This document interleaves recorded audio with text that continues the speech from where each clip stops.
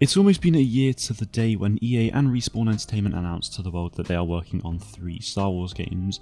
One of them is Jedi Survivor, of course, which releases very soon on March 17th, but the other 2 are a first-person shooter and a strategy game, of which the strategy game is being co-developed with BitReactor. Now, we haven't really had any news at all over the last year or so with these other 2 games.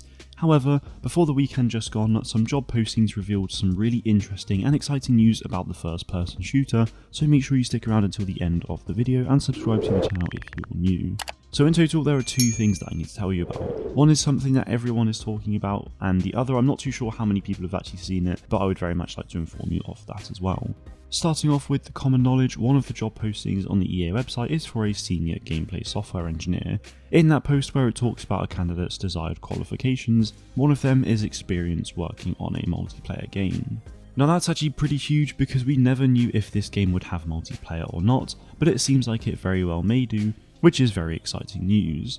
However, if you look at the job posting now, the requirement of a multiplayer game is no longer there, and that could be for a number of reasons, so anything I say will just be a guess.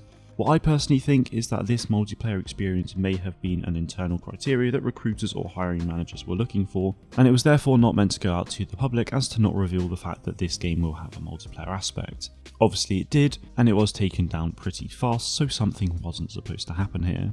So that's the first bit of news, which was of course massive, but I think this second piece of news is actually a little bit more interesting. On that very same job posting, originally there was a paragraph stating the following.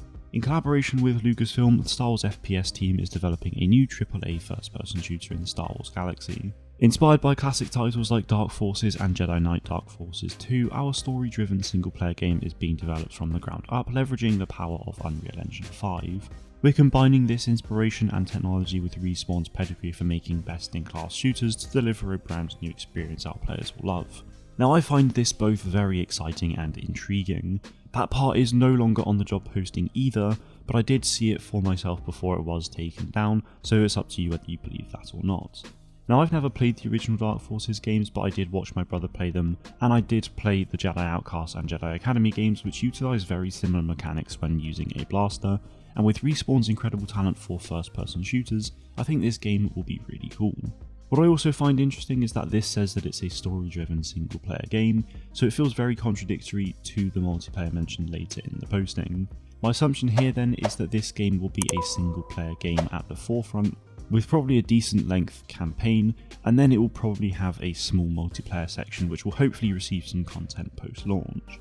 Now I suppose the biggest question that remains is who will we actually play as in this game? Well, given that Peter Hirschman, who is the creative director of this game, worked on the original Battlefront games, I think it would be really cool to play as clones during the Clone Wars and maybe end it with an Order 66 segment. Or what I think would actually be even cooler is if they essentially remade Republic Commando with a brand new canon story during the Clone Wars. Republic Commando ultimately was a single player game at the forefront, but it did have a multiplayer aspect as well, so I think something like that would actually be pretty cool.